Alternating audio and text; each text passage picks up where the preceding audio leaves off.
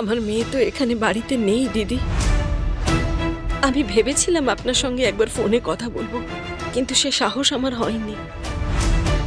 এখনো আপনার সঙ্গে ফোনে কথা বলতে গিয়ে আমার হাত পা কাঁপছে। আরে আপনি এত ঘুরিয়ে ফিরিয়ে কথা বলবেন না তো, আমার একদম ভালো লাগছে না।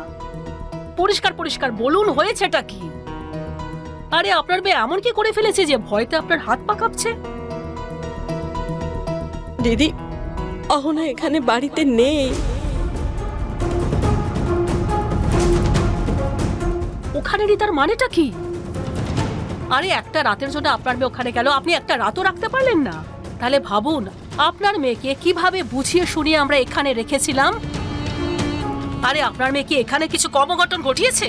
আরে কিছু ভালো গুণ ওর মধ্যে আছে ঠিকই, কিন্তু কিছু খারাপ অভ্যেসও আছে। আপনি তো ভাবতেও পারবেন না পাড়া প্রতিবেশীর থেকে কত খারাপ কথা আমাকে শুনতে হয়েছে ওর কারণে। আরে একটা রাতের জন্যই আপনার কাছে গেছিল, তো এমন কি হয়ে গেল যে ওই রাতেই বাড়ি থেকে আপনাকে বার করে দিতে হলো? আপনি তো আমার কথাটা শুনতেই চাইছেন না। আমি ওকে বাড়ি থেকে বের করে দিইনি, ও নিজেই বাড়ি ছেড়ে চলে গেছে। ও আমার সঙ্গে এখানে থাকতে চেয়েছিল, কিন্তু আমি ওকে বারণ করেছিলাম। কি বলতে চাইছেন? কারণ ও আমার কাছে 6 মাসের জন্য থাকতে চাইছিল দিদি। 6 মাসের জন্য? কিন্তু আমাকে তো কিচ্ছু বলেনি এই ব্যাপারে। সেটাই তো দিদি, রাগের মাথায় ও শ্বশুর বাড়ি ছেড়ে এখানে চলে এসেছিল। আমাকে বলছিল যে মা, আমি তোমার সঙ্গে 6 মাস এখানে থাকতে চাই, যেভাবে হোক আমি নিজের পায়ে দাঁড়াবো। কিন্তু তারপরেও কিন্তু ও আর শ্বশুর বাড়িতে ফিরতো না দিদি। এবার আপনিই বলুন না দিদি, এই অবস্থায় আমি ওকে আমার কাছে কি করে থাকতে দিতাম? আমি বলেছিলাম যে আমি তো শ্বশুর বাড়ির লোকেদের সঙ্গে কথা বলি, জামাই বাবাকে এখানে ডাকি, কথা বলে একটা সিদ্ধান্ত নেওয়া যাবে। কিন্তু আমি ওকে এখানে কি করে থাকতে দিতাম বলুন? আমি নিজেই তো অন্যের দয়ায় থাকি এ বাড়িতে, আর কেউ ওকে এ বাড়িতে থাকতে দিত না। সেই জন্য রাগ করে ও এ বাড়িও ছেড়ে চলে গেছে। এ কি বলছেন আপনি? আর বাড়ি ছেড়ে কোথায় চলে গেল ও? আরে আপনি ওর মা, আপনি জিজ্ঞেস করেননি? আপনার তো জিজ্ঞেস করা দরকার ছিল ও কোথায় যাচ্ছে। আমার মেয়ে খুব জেদি দিদি। নিজের মেয়ে হওয়া সত্ত্বেও আমি বলতে বাধ্য হচ্ছি যে ওর এই জেদই ওর জীবনটাকে শেষ করে দিচ্ছে। আমি ওকে অনেক বোঝানোর চেষ্টা করি যে শ্বশুর বাড়িতে সবার কথা শুনতে হয়, এভাবে কখনো রাগ করতে নেই মা, যাই ঘটুক না কেন। আর তাছাড়া ঠিক কি হয়েছে সেটাও ও আমাকে খুলে বলেনি। শুধু একটা কথাই আমাকে বলেছে যে জামাই নাকি আর ওর সঙ্গে থাকতে চায় না। এ কেমন কথা বলুন?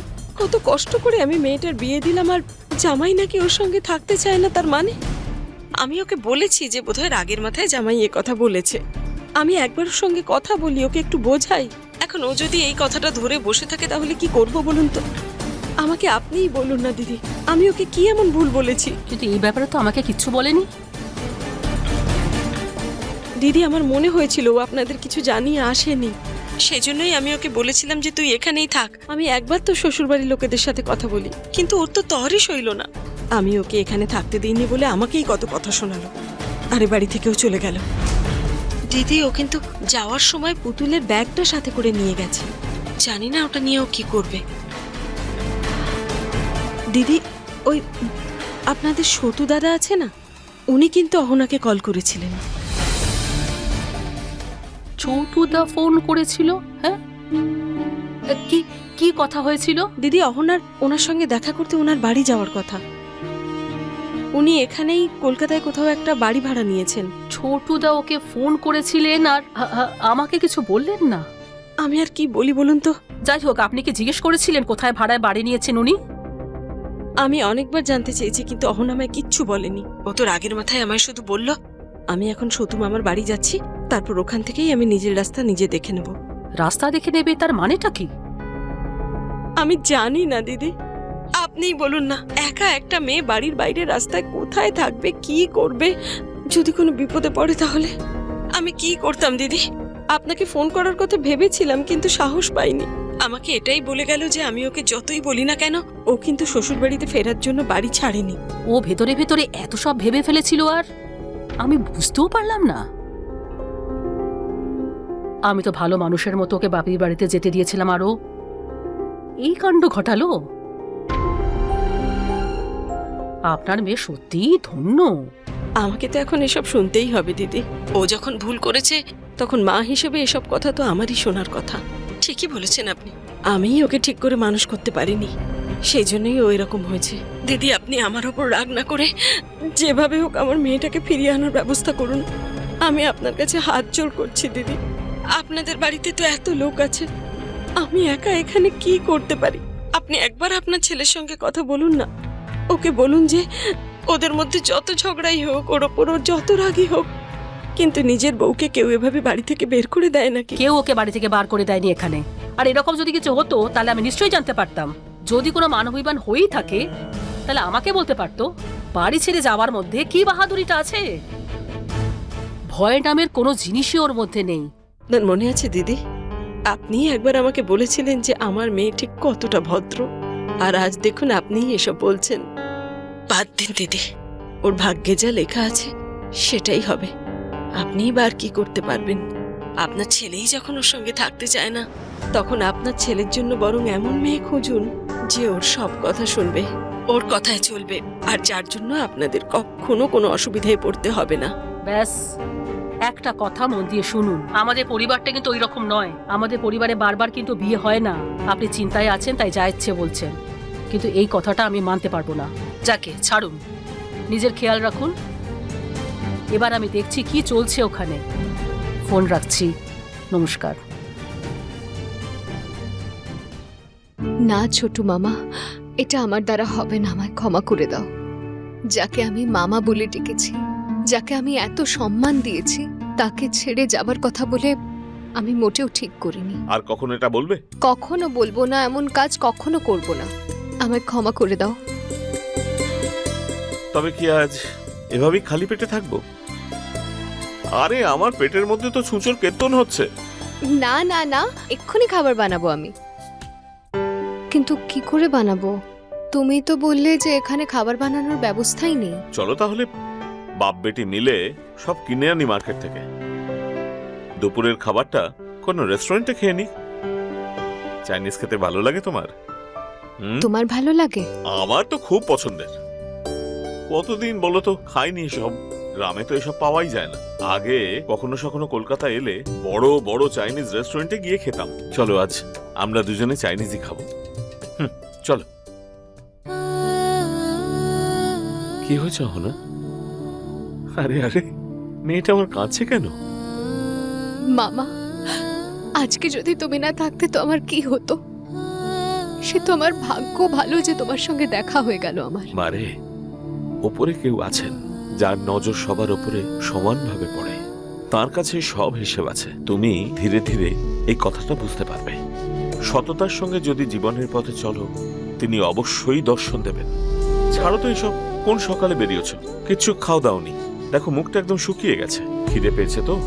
আর আমি তো বুড়ো হয়ে গেছি, আমার খুব খিদে পেয়ে গেছে, আর সহ্য করতে পারছি না। চলো ভালো করে আগে পেট পুজো করে ফেলি। একদম, কিন্তু সব বাইরের খাবার খাবো না। ছোট মামা, মার্কেট থেকে আমাদের জিনিসও কিনতে হবে, আর কাল থেকে বাইরের নো খাওয়া দাওয়া। ব্যাস, শুরু করে ফেললে তো শাসন। একদম, আর আমি তো এরকমই, আর তোমাকেও অনুশাসনে থাকতেই হবে। কবে থেকে অপেক্ষায় আছি যে আমারও কেউ খেয়াল রাখুক বকুনি দিয়ে। তবে আজ ওপরওয়ালা আমার কথা শুনেছেন, খেয়াল রাখার জন্য পাঠিয়ে দিয়েছেন মেয়েকে। কিন্তু হ্যাঁ, আমি তোমার প্রত্যেকটা কথা শুনবো, আর তোমাকেও আমার সব কথা শুনতে হবে। ছোট মামা, আমি তো তোমার সব কথাই শুনি। লেখাপড়ার ব্যাপারটা বলছি, মন দিয়ে লেখাপড়া করতে হবে। রুটিন বানিয়ে দেব, সেই হিসেবে তোমার লেখাপড়া করতে হবে। ঠিক আছে, তুমি শুধু আমার কাছে বসবে, আমি একদম ভালো মেয়ের মতো সব পড়া করে নেব। আমি সব সময় পাশে থাকবো আমার মেয়েটার। ঠিক আছে, এখন চলো, দেরি হয়ে যাচ্ছে। খালি পেটে মগজে কিচ্ছু ঢোকে না। ভালো করে লেখাপড়া করতে হলে ভালো করে খাবারও খেতে হয়। চলো আগে রসগোল্লা খাই। ঠিক আছে।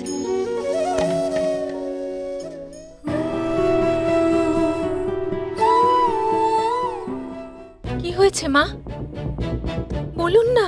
শুনে কিছু বুঝতে পারোনি মনে হয়? এখানেই তো দাঁড়িয়ে দাঁড়িয়ে শুনছিলে সব। মামিমা, একটু একটু বুঝতে পেরেছি যে সত্য মামার বাড়ি গেছে অহনা, আর সত্য মামাও তো এখানে আশপাশেই বাড়ি নিয়েছেন। ঠিক বলছি না আমি? তাহলে অহনা আর ফিরে আসবে না নাকি? আরে এরকম কেন বলছিস? ফিরে আসবে না মানে? আর এমন কি হয়েছে? হ্যাঁ, একটু রেগে গিয়েছিল আমাদের ওপর। ও সেদিন তো আমি সরি বলেছিলাম আর ও বলেনি। রেগে কি এরকম করবে নাকি? এটা তো হতে পারে না। হুঁ, আমার ছোট বৌমা তো খুব দুর্বল। নিজের মাকে ও কি বলেছে জানো? যে ছোটু নাকি ওর সঙ্গে থাকতে চায় না। আসতে দাও ছোটুকে। ছোটুকে আমি জিজ্ঞেস করবো ও আদৌ এ কথা বলেছে নাকি বলেনি। মা, অবশ্য অহনাকে আমরা যতটুকু চিনি, ও কিন্তু মিথ্যে কথা বলে না। কোনো ব্যাপারে মিথ্যের আশ্রয় তো ও নেবে না। সত্যবাদী যুধিষ্ঠিরের নাতনি যে ও কেন মিথ্যে বলবে? এই জন্য বাড়ির কথা বাইরে ছড়াচ্ছে। আরে সত্যি যদি কিছু ঘটে থাকে তাহলে আমাকে বলতে পারতো না? আমি কি পুলিশ ডেকে ওকে এখানে বেঁধে রাখতাম? সেটা আলাদা কথা মা। হতে পারে যে ও বলতে পারেনি, কিন্তু মিথ্যে কথা তো ও বলে না। তুমি তোর পক্ষপাতিত্ব করবেই। তোমার আদরের অহনা যে মামিমা, আদরের তো ও আপনারও। আমি তো এটা বুঝতে পারছি না যে আজ হঠাৎ করে আপনি এত রেগে গেলেন কেন? আমি তোর সাহস দেখে অবাক হয়ে যাচ্ছি। কোনো চিন্তা ভাবনা না করে বাপের বাড়ি থেকে বেরিয়ে গেল। ছোটুদা যদি ফোন না করতো তাহলে জানি না ও কোথায় চলে যেত। কিন্তু ছোটুদাকেও দেখো, ও তো আশ্চর্য মানুষ। বাড়ি ভাড়াতে নিল, কিন্তু আমাকে জানালো না, খালি ছোট বৌমাকেই জানালো। দেখে নাও, খালি ওনার সাথে সব কথা হচ্ছে। কি ভালো না? বলছিলাম জেঠিমা, একবার মামাকে ফোন করে দেখলে হয় না? তাহলে সব খবর পেয়ে যাব। ফোন করে জিজ্ঞেস করো যে বাড়িটা কোথায় নিয়েছে, আমরা ওখানে যাব। মা, আজকেই যাব? আরে আগে কথাটা তো বলো, তারপর দেখছি আজকে যাব না কালকে। আমি তো একদম বিশ্বাসই করতে পারছি না অহনা আমাদের সবাইকে ছেড়ে চলে গেছে আর কখনো ফিরে আসবে না। আমাদের জীবনে যা পরিবর্তন হয়েছে সবকিছু তো ওর জন্যই হয়েছে। হ্যাঁ, তার জন্য কিছু কথা শুনতে হয়েছে, কিন্তু ওই আমাদের শিখিয়েছে নিজের ওপর কেমন ভরসা করতে হয়। কিন্তু আমরা অন্যের কথাতেই কান দিয়েছি। ও যা কিছু করেছে আমাদের জন্য, সে ব্যাপারে আমরা ভাবিও নি, সেটাকে আমরা পাত্তা দেইনি। হয়তো আমাদের ওপর এই জন্যই রেগে গেছে। ওর জন্য আমরা পুরো পাড়া প্রতিবেশীর কাছে ক্ষমা চাইলাম, কিন্তু ও কিন্তু একবারও ক্ষমা চাওয়ার চেষ্টা করলো না। যদি জোর করে ক্ষমা চাওয়াতাম তাহলে বলতে পারতো যে খারাপ লেগেছে, কিন্তু এরকম তো কিছু হয়নি। তাহলে কার জন্য রাগ দেখাচ্ছে ও? আর যদি ছোটুর সঙ্গে কোনো কিছু মানবিবান হয় তাহলে আমাকে তো বলতে পারতো। আমি ওদের অভিভাবক। আর ও কি করলো? একদম পুরো বাপের বাড়ি চলে গেল। গেল তো গেল আমাকে মিথ্যে কথা বলে। ওই দিন মনে আছে আমরা ওকে কতবার জিজ্ঞেস করলাম কালকে তুই চলে আসবি তো, কিন্তু ও তো আমাদের সোজাসুজি কোনো রকম উত্তরই দিল না। হতে পারে যে এই কথাটা আপনার মনে নেই, কিন্তু আমার এই কথাটা খুব ভালো করে মনে আছে। ব্যাস এই জন্যই বলছিলাম। বড় বৌমা, তোমার স্মৃতি কিন্তু খুব ভালো। ফোন করে জিজ্ঞেস করো।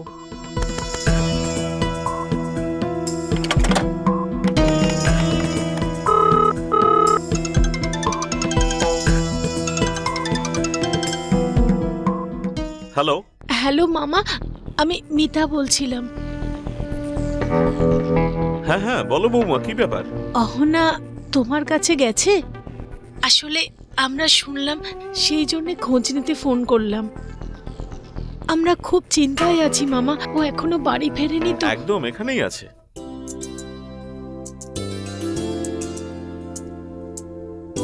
আচ্ছা, তাহলে তুমি কোথায় আছো? আমি শোভাবাজার অঞ্চলে একটা বাড়ি ভাড়া নিয়েছি, সেখানেই আছি।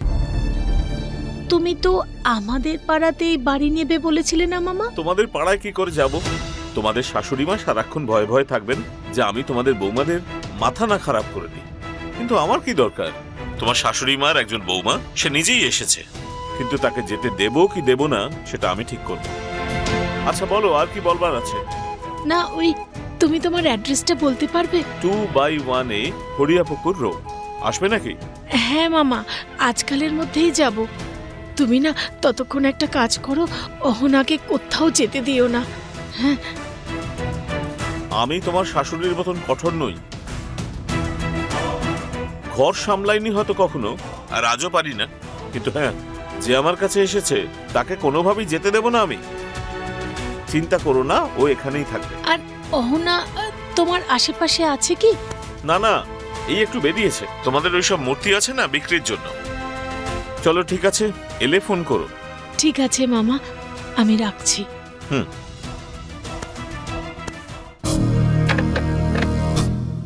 কি হলো? কোথায় বাড়ি নিয়েছে?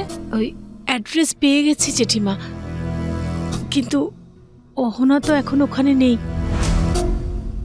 মূর্তি বিক্রি করতে গেছে। অদ্ভুত তো, বাড়ি তো ফিরলো না আর মূর্তি বেচতে বেরিয়ে পড়েছে। তোমরা না ওই মেয়েটাকে বুঝতেই পারোনি। সবাই বলেছিল না মূর্তির পেছনে এতগুলো টাকা খরচা করা হয়েছে, এখন ওই সব মূর্তিগুলো বিক্রি করে টাকা রোজগারের চেষ্টা করছে ও। এবার আমি একটু একটু বুঝতে পারছি ওকে। মা, আজই যাব সতু মামার বাড়িতে? হ্যাঁ মামিমা, চলুন না। আজকে যাব না, আগে ছোটুর সঙ্গে কথা বলে নি, কালকে যাব ওখানে, যদি প্রয়োজন মনে করি তো।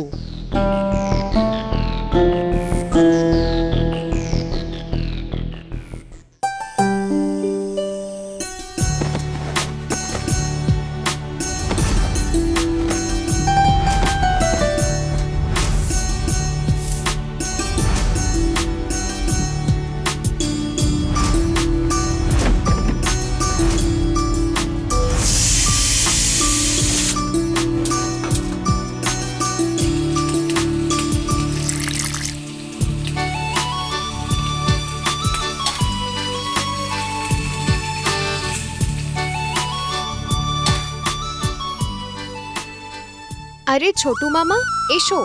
কত রাত হয়ে গেল, এখনো কিচ্ছু খাওনি। এভাবে চলবে? এসো আগে।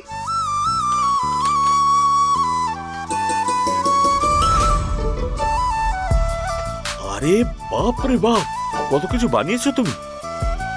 আমি কতবার বারণ করলাম যে আজকের খাবার আমরা বাইরে থেকে নিয়ে আসি, কিন্তু তুমি আমার কথাই শুনলে না। দুপুরেও কিন্তু আমরা বাইরের খাবার খেয়েছি। রোজ রোজ বাইরের খাবার খেলে কিন্তু শরীর খারাপ হয়ে যাবে। আর এমনিতেও আমি থাকতে আমি তোমায় বাইরের খাবার খেতে দেবো নাকি? আমি কি এতই নিষ্কর্মা? দুপুরে রেস্টুরেন্টের খাবার খেয়েছি কারণ কোনো উপায় ছিল না, কিন্তু এখন তো আর কোনো অসুবিধে নেই। দেখো আমি অল্প খাবারই বানিয়েছি, তুমি বসে পড়ো, খেয়ে নাও। হ্যাঁ অহনা, তোমাকে আমি একটা কথা বলছি, যে তোমার শ্বশুর বাড়ির মানুষজন এটা জেনে গেছে যে তুমি এখানে আছো। ওরা হয়তো সবাই দল বেঁধে এখানে এক্ষুনি আসবে তোমাকে এখান থেকে নিয়ে যাবার জন্য।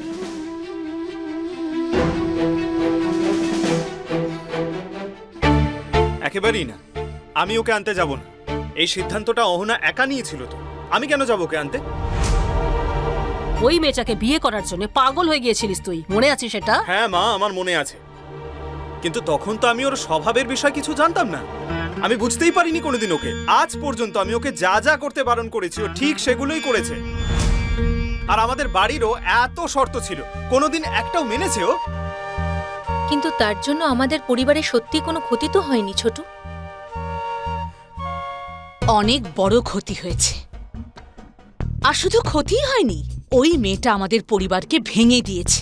এই পরিবারে একে অপরের সঙ্গে যে সম্পর্ক ছিল সেই সম্পর্কটা নষ্ট করে দিয়েছে ওই মেয়েটা। কি বলছি বুঝতে পারছো? না, কখনো না। ও তো সবসময় সম্পর্কগুলো ভালো রাখতে চেয়েছে, শোধরানোর চেষ্টা করেছে। এই চুপ কর। আরে তুই তো তার জলজ্যান্ত প্রমাণ। আরে ওই মেয়েটার জন্যই তো তোর স্বামী আর তোর সাথে থাকে না, সেটা কি তুই বুঝতে পারিস না? মা, আপনি আমার কথা ছেড়েই দিন। আপনার ছেলে একসাথে থাকার সময়ও কি আমার সঙ্গে ছিল? আর আপনার কি মনে হয় আপনার আদরের ছেলের সঙ্গে বিয়ে করে আমি ভালো ছিলাম?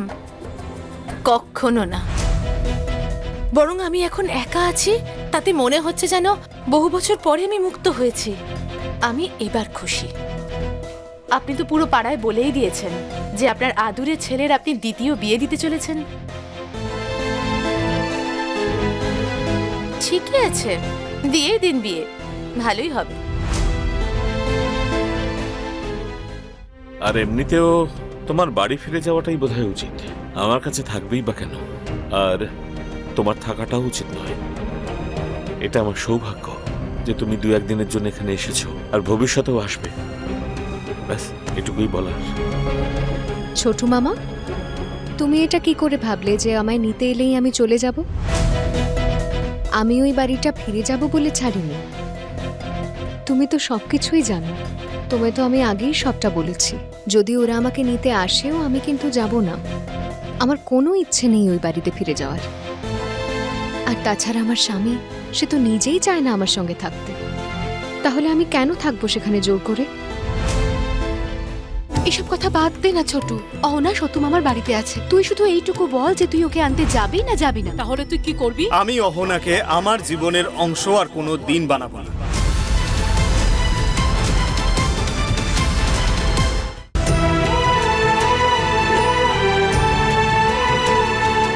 বৌদি, তুমি আগে তো এভাবে কথা বলতে না পিসিমণির সঙ্গে। অহনা যবে থেকে এসেছে তবে থেকেই তোমার এসব অনুভব হচ্ছে, তোমার রিয়েলাইজ হচ্ছে এসব। একদম ঠিক বলেছ তুমি। অহনাই একমাত্র যে আমাদেরকে অধিকারের কথা বলতে শিখিয়েছে। এসব কথা বাদ দে না ছোটু। অহনা সতু মামার বাড়িতে আছে, তুই শুধু এইটুকু বল যে তুই ওকে আনতে যাবি না যাবি না। আমি অহনাকে আমার জীবনের অংশ আর কোনো দিন বানাবো না।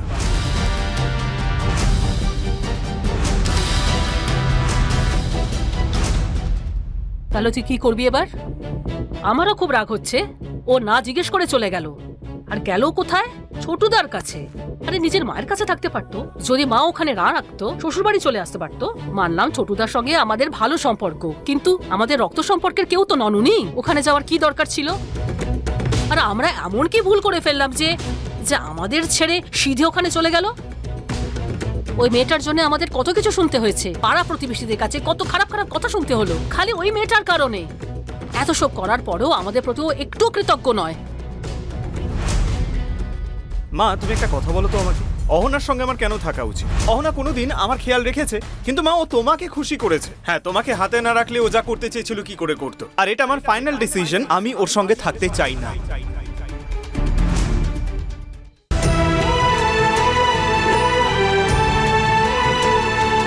বৌদি, যখন এই কথাটাই আমি তোমায় বলতাম তখন তো তোমার খুব খারাপ লাগতো। যখন ব্যাপারটা তোমার সঙ্গে ঘটছে তখন তোমার গায়ে ফোসকা পড়ে গেল। তুমি ওই মেয়েটার জন্য আমাদেরও বিরোধিতা করতে ছাড়োনি, মনে আছে তোমার? আমি যা কিছু করেছি ঠিক করেছি। আর তোমার তো এসব দেখে খুব আনন্দ হচ্ছে, তাই না ঠাকুরজি? মা, তুমি একটা কথা বলো তো আমাকে, অহনার সঙ্গে আমার কেন থাকা উচিত? অহনা কোনোদিন আমার খেয়াল রেখেছে, হ্যাঁ, তবে ও তোমাকে খুব খুশি রেখেছে। হ্যাঁ, তোমাকে হাতে না রাখলে ও যা করতে চেয়েছিল কি করে করতো। আসলে মা, ও তোমাকে ব্যবহার করেছে। আর এটাই আমার ফাইনাল ডিসিশন, আমি ওর সঙ্গে থাকতে চাই না।